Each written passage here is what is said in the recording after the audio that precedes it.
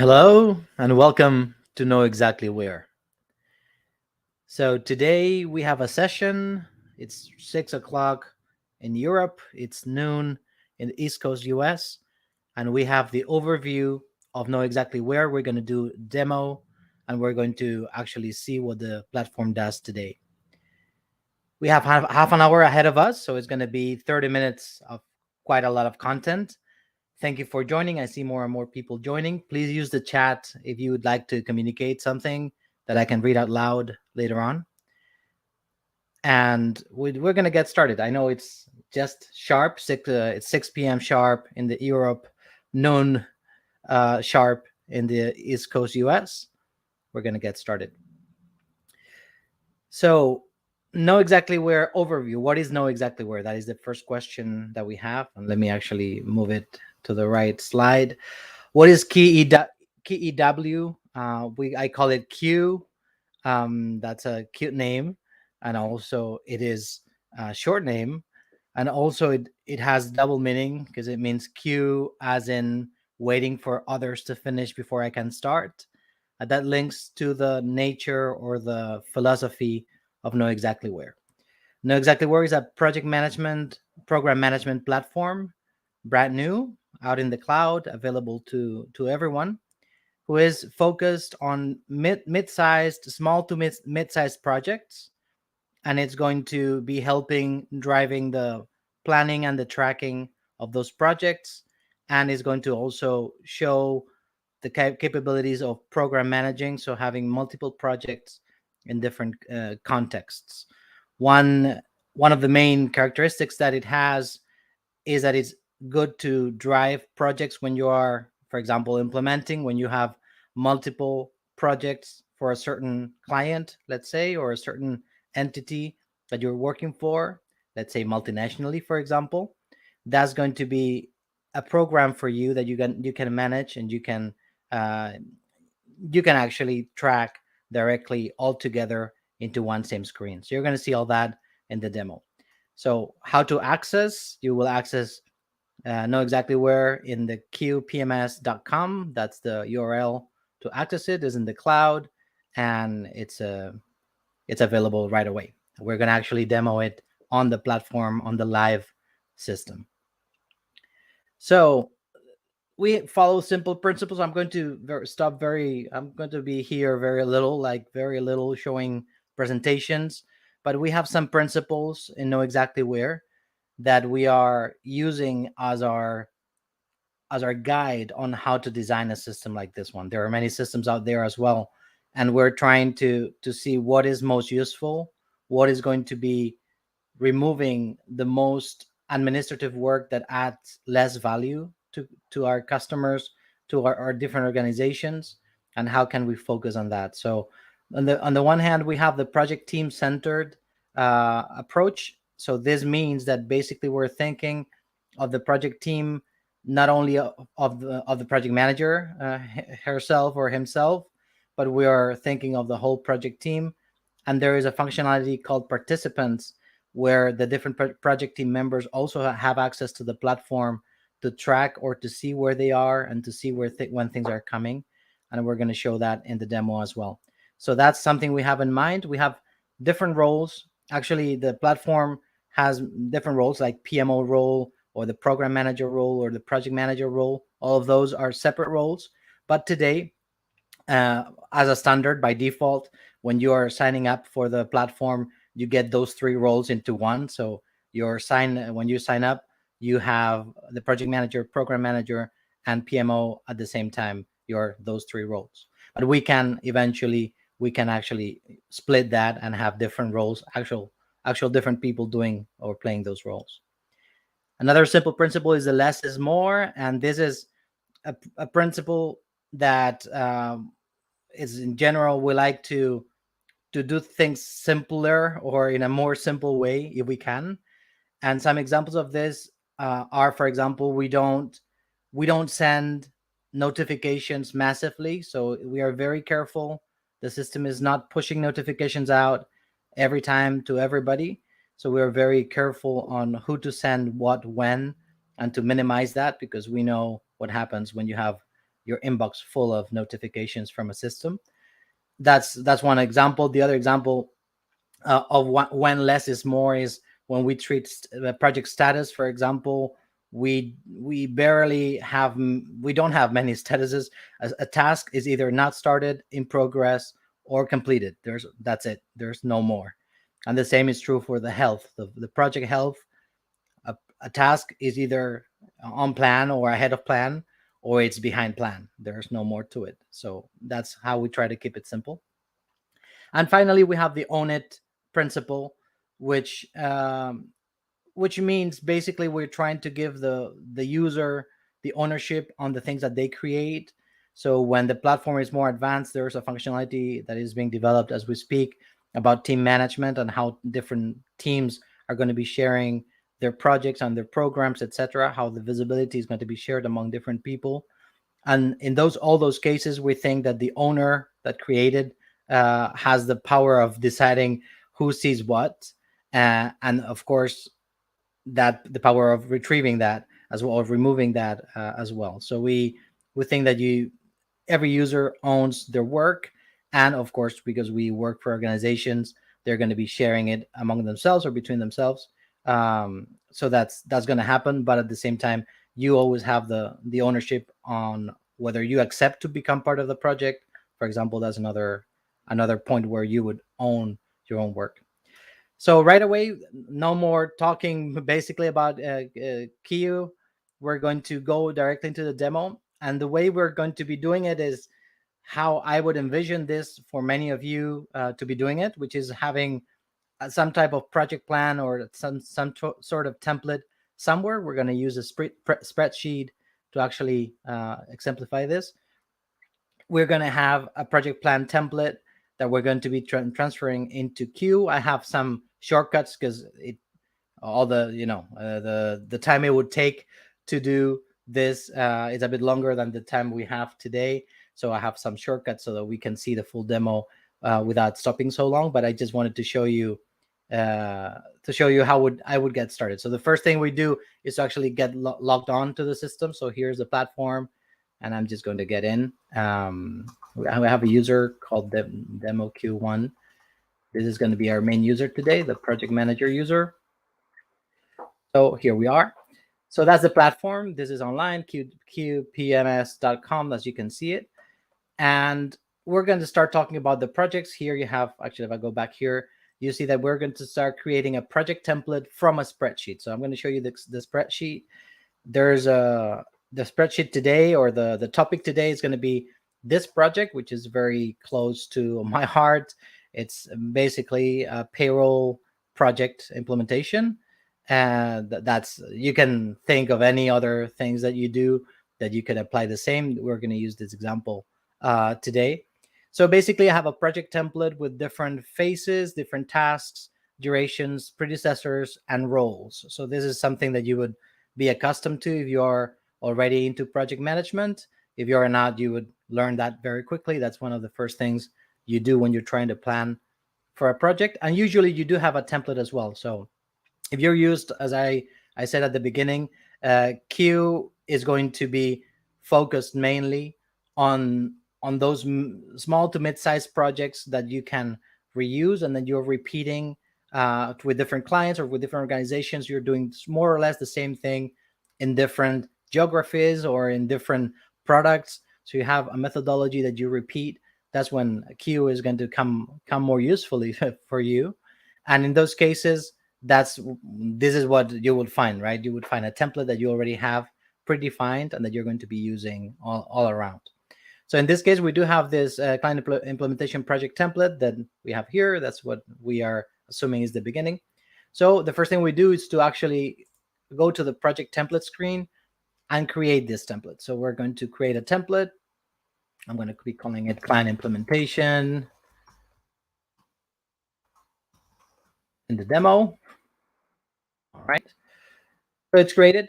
And here we have the first thing we see are the task groups and the tasks. So we're going to start defining what are the phases. Let's say the task group, you could call it phase, and what are the tasks in each phase. So here we have different phases. I'm going to just show some. I would rename the default one for the kickoff. And then I can copy paste. I can take all these 4 tasks and I can copy paste them by, there's a multiple task creation. So there's a button that allows me to create multiple tasks. That's what they want to use. So the same is true for the requirements phase. So I would go ahead like this. You get the gist of it. You would be doing this, transferring all your template right into the platform with this multiple task button. And let me just create one more. All right, which is the configuration and data. There it is. And then I'm going to copy the whole rest. Okay, that would be that would be, this add task would add only one task, but we have this add multiple tasks button as well. That's the one I'm taking advantage of today. So that's the one we have. Excuse me. That's the one we have, and you can move things around. You can move your tasks from one place to another. You can move your groups if for some reason there's a phase that you forgot and you want to include it in a specific position. That's something we would do. And then we move to the next step. The second step, we're not going to finish it. I have it finished already as a shortcut. I will show you later the fully finished, but just for the purpose of the demo, we can move to the second step, which is going to be creating the predecessors. So we can define what tasks must be completed before another task can start. And the philosophy of Q is to start at things as soon as they can be started, and to have the different teams participants mark in the system when they're done, so that the project manager knows exactly where the project is without needing to be constantly asking all the participants.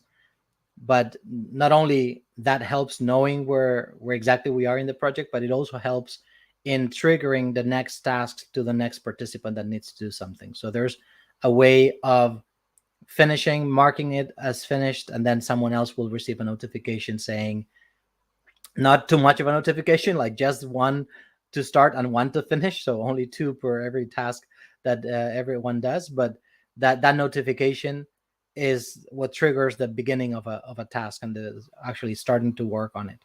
And if a project, even despite the calendar, if a project is set to be starting at a certain date, but everybody else has finished early, like everybody is finishing early, and that task gets to you, you can decide whether you want to start it on the day or if you can start it earlier. That's what it tries to do.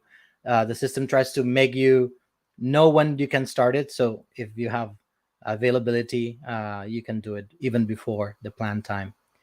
So here are the predecessors, as you know what they are. There's 2 ways of selecting predecessors. There's this little arrow here that is going to by default set the previous task as the predecessor. So you see I press on it, and it by default just takes the previous one. It is taking the one above, which is a very usual way to get all the predecessors lined up. And then the other way is to actually click on here in the predecessors box, and it will allow you to select one or multiple predecessors. In this case, number 4 was already selected, but I could take number 3 and 2 and 1 if I wanted to, and all these tasks would become predecessors for this fill out requirements questionnaire. So that was another way to select of selecting the tasks, and I can go back to selecting the real one. So that's the one. So kickoff 4. That's how you would define predecessors. If I move to the predecessors I took randomly, but here you would have them in whatever template you have. You would have exactly what is the correspondence of the predecessor. We are creating a template, so the template is going to be reusable. That's the good news. So everything we're doing will be done only once, and then we can create as many projects as we need with the same template that are going to be using those predecessors, those tasks, and those roles and durations we're going to define later. So we move to the next step, and here we define the roles, and we excuse me, we define the roles and we assign the roles to the tasks. So here, let's say that we had the project manager role. Let's create it. Let's create a project manager here, for example. And we also have a client role. Let's say it's called the client PM. So we do have another role for the client PM. I'm not going to be exhaustive in the example right now, but you see what I'm doing. So I'm basically assigning these roles, or first creating them, The project manager or the consultant, we have another role for the consultant. Let me take another color for it. Okay. So once we create all the roles here, I'm just taking these three as an example. We would select each role, and then that's another thing we thought through on what's the best way to go through assigning roles. The best way is to actually go through the whole project plan and see where it fits, where this role actually fits in the project plan. So here we in the roles column, we can just click it and we add whichever role we have selected. So in this case, project manager, let's say that does these tasks, and the client PM is in the kickoff. And well, actually, the project manager delivers this. I will do it with some sense. The questionnaire is done by the client. The requirements review for the workshop. Let's do a couple more, etc., etc. So that's how you would be defining the roles. How you would be assigning them. You click it once, it adds it. Click it and again, it removes it, and that's how you would be doing the whole definition. In this case, I'm not making too much sense because we do have the other plan B. We're not making functional sense on who I'm assigning them to, but this is for you to see how this would work. And if I go to step number 4, that's where we have the let's say standard durations of each task. Later on in the projects you can change those, but when you're defining the template, you define the standard ones and then you can change them if you need to. So let's say here, doesn't matter, we can just enter the amount, we exit, and it will save the changes, so it knows that this is 4. I'm just randomly entering the number, so that don't make much sense of it right now, but you see how it works. So basically all these tasks are having these standard durations, and later in the project we can change that. So when I click done, the project template has been completed. So I can immediately create a project based on this template. That's the option that it offers me. If I don't want to do that right now, I can decide not to. And if I go back to the project templates, I do see the client implementation demo template right here. And I can change the name. I can change its name here. I can delete it. I can duplicate it. Let's imagine that I have something that I want to duplicate or changes. There are two templates that are very similar, like 90% of the case of the project plan, but not in 10%. Then you will be able to duplicate it and make the changes to the duplicated one. And last but not least, you have the button to create a project based on that template. So here you have that button. So that's how you would create a template. Now let me here, as you can see here, there's a favorites filter. So by default, when you enter the screen, only the favorites show. But I have, excuse me, I have more templates created that are not favorites. So let me bring the client implementation generic completed template back into a favorite so we can see it. So this is the completed, this is the 100% doing the work of making this into the tool.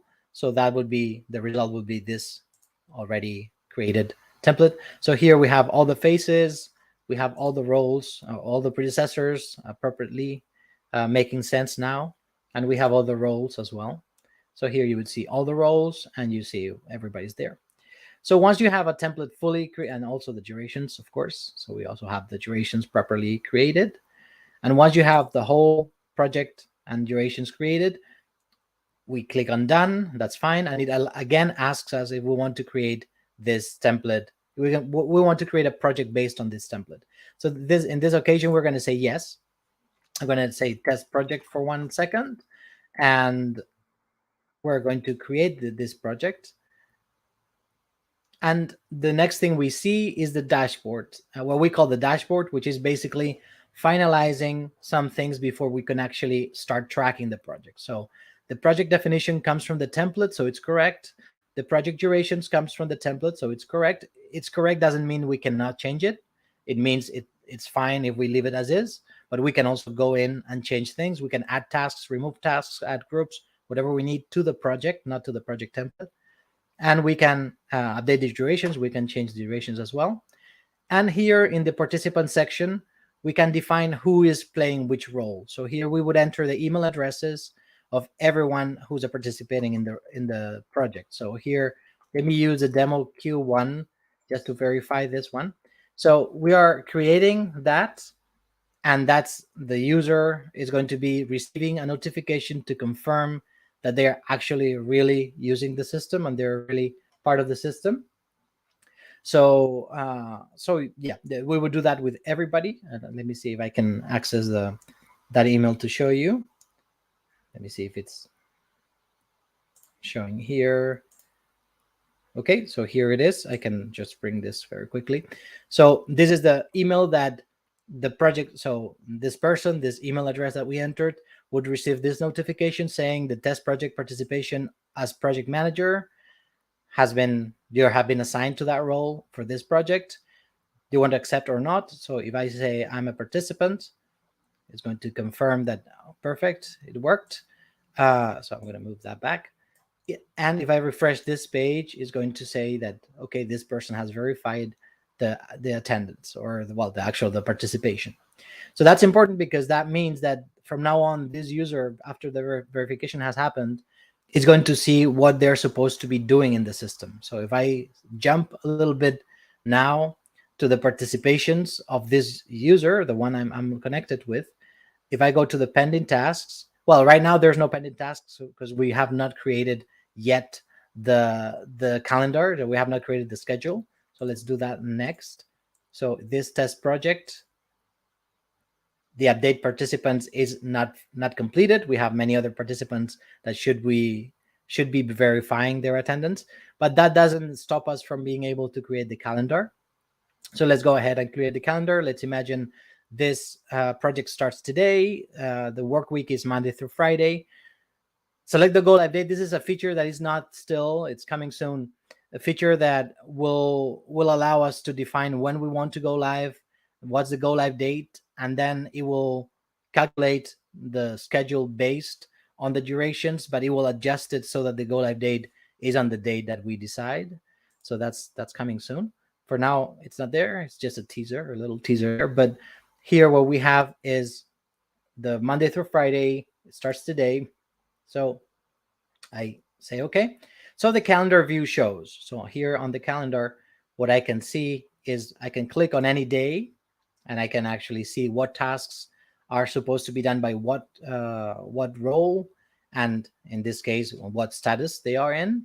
So let's imagine that I have already prepared and delivered the welcome pack. I'm the project manager and I've already scheduled the kickoff. Let's say that that's done. So the moment I do those things, you see some changes here on the left panel. So on the one hand, some of the tasks are now on track. So now they used to be red, now they're green because the health is now correct. Here you can see task health is on plan and ahead of plan. So this thumbs up means that we're doing okay.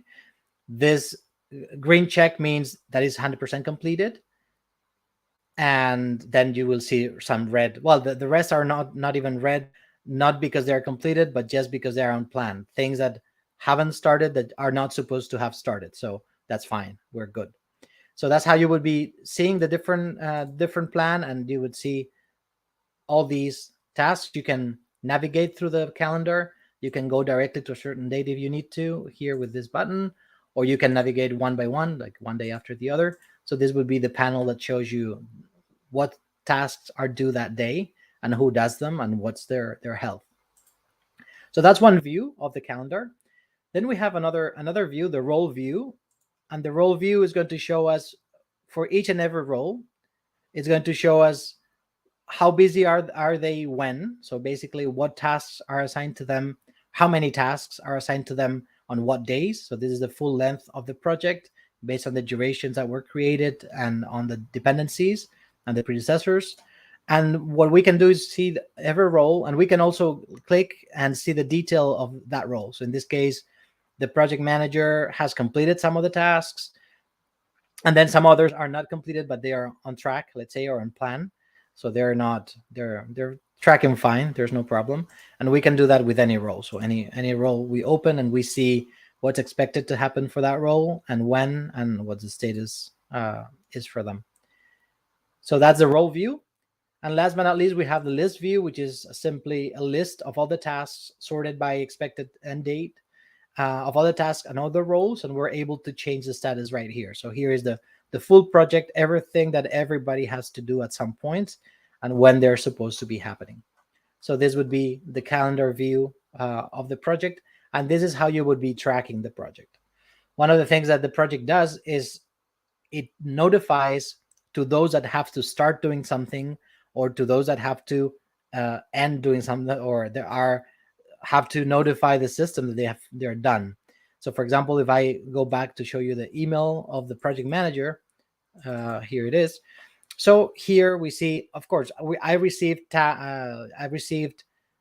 requests to confirm start and end of the welcome pack and the kickoff meeting, which I already did in the system. So these two I no longer need to do. But then there's another one that is going to ask about the start of holding the kickoff meeting. That's the task. So I can start it through the email, and that will mark this one, in this case, this task. It marks it as in progress. And the fact that this is in progress now has triggered the other need. And if I go back to the main here, it has triggered another email. I can go back here and see, where do I have it? Right here. Another email asking, okay, tell me when you're done. Tell me when you're finished. If I refresh, this should be, I'm not sure why. It asks me, tell me when you have completed this task. In this case, this is a very short-lived task, so it's almost started and completed. Let's say that I have completed it. So now it marks it as completed. And if we go back to the main dashboard for the project manager and we refresh, this whole kickoff meeting has already been completed by the project manager. So that's how the tracking happens. It's the different people from the project, like project members that even you may not have contact with them every day, or you may not necessarily speak with them every day because they're part of the client organization, for example. They're still able to give you notifications on when they're done, so you can actually keep that very updated. So that's how the projects would work. That's how you would track it, either the calendar view, role view, or list view. And mainly it is the clients themselves, not the clients, the project members themselves who are giving you the heads up on the status. So that's that. And then finally, the participations I showed you prior, I showed you very quickly the pending tasks. So here we see all the tasks for the test project that this user has. So this is all the pending things that I have to do, this user has to do. Then we have all the my assigned tasks, which are the pending and not pending. Let's say that here I can select the test project, and I will see also the tasks that I have completed, not only the pending ones. And there's two little menus here that tell you if you have something overdue and something in the next 7 days. So it is like a more limited view of the pending tasks, but already passed or in the next 7 days. So it's a little heads up on do these first, because these are the ones that are more urgent and for which you're more late. So that's how the participants would track the project. There is the ability for participants to not necessarily have an email, so not necessarily have an account in the system. So they can be they need an email address, because they will need the email to confirm their participation and their starts and ends, but they will not necessarily need to be logged on into the platform. But if they do log on into the platform, they have these menus, which are helpful for them to, at any point in time, go and see what happens. Actually, whenever an email is sent that asks for a start and end of a task, another, also a portal message, what we call portal messages here. You can see this 5 and this little envelope here. The same would be true for, so the same things that get to the email get also in here, get also in the portal messages. By default, there is a filter called Actionable, which means anything that is pending on your end. So it's another way to go directly to the messages that are still waiting on you. But if you want to see just, for example, the unread ones right now, we have all these ones that I have received in the email. I also have received in the portal messages. And if I open it, I still see the same content, and I can decide to finish it from here. I can play around the same way I would do with the email. I can do here in the portal messages. All right. So I think this completes the projects, that the participations, the projects, and project templates. And I just wanted to show you very quickly the program's capability. So this test project that we just created is incomplete, so it's not really, we're not going to use it for the programs. But then let's imagine that you have this client that is implementing in many countries of the different regions. So what you would be able to do would be to create a program. Let's create a new program called global program for this client. And then what you can do is you can create different, the same is true. So here in this case is a project group. So we can create these, let's say EMEA, and you can add programs, you can add projects to the program. In this case here, let me see, this user is not seeing the projects. Let me go back into all the projects. Let me take, these are the ones I had prepared as well. So let me take all these ones.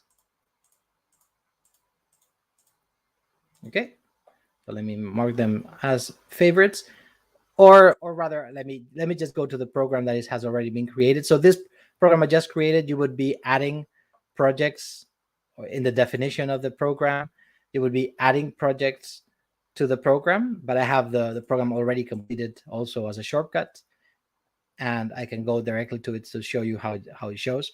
So this Secure Funds Inc. global program, this is the full program. And here we have many projects that have been created previously and have been ongoing, and there have been interaction from users, and they have completed tasks, etc., etc. So in this case, for example, the Secure Phones Inc. ES, I see that it's ahead of plan and it's completed. So it's something that it's not my worry. It's fully completed. This project is done. But here, for example, the Secure Phones Inc., let's say that was the client company, and France, excuse me, and France, we see that it's ahead of plan and is 62% completed. So for every project in the program, I can click here and we will get this detail of how much is completed, how much is completed ahead of plan, and how much is pending but still on plan.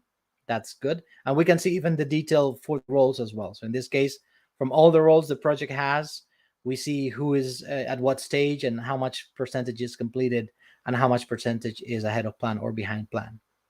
So that's something you can see for every project. So you would have the very first level is no no opening the menu. So very first level is to know what's the health and the overall the completion percentage.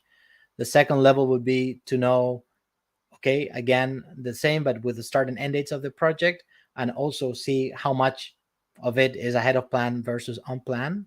And then the third, it would be the role. So here you have the roles, give you the detail of, okay, what role is where exactly in what stage of the project. And that would be true for all of your projects in your program that we have created previously. Here they are defined by region. You would have probably a naming convention that would help you identify these projects easily. In this case was client and country code, ISO country code. So that's how we identify them. And that's how you see all this detail in here. Okay, so that concludes the demo. I think we have covered in the time that we have covered. We are 3 minutes over time. We have covered everything we wanted to cover today. There's more to come. I want to do updates because the platform is being developed, is changing, and is getting more and better views of data and better data points that are covered. So we're going to be doing updates. I'm not sure on the frequency yet, if weekly is going to be enough. We're going to do it more bi-weekly, because we want to show every time we have an update, we want to show something that is useful and that is new, that helps you in your project management. So that was the purpose of today. That was the demo, and showing you everything that it does as of today. And if you want to learn more, you can write me at knowexactlywhere@gmail.com. So that's where we're receiving those emails, and we can take it from there with you. And you can also follow us on LinkedIn, and you can follow us on YouTube. Actually, the YouTube channel, if you subscribe, any new live or any new training material, you will find it there. It's pretty useful. And then we also are on Twitter in QPMS. That's the handle. So that's all for today. I Let me check the comments because I have many screens open, but I'm not sure. There you are. I'm gonna show it on the screen. Now that Carlos saying good job, thank you. Thanks to you, Carlos. And I hope this platform is growing. It's just launched about a month ago, and it's already changed.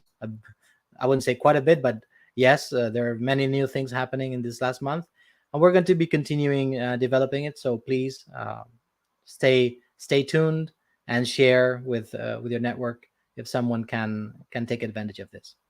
So thank you so much, and I'll see you in the next update. Have a good day.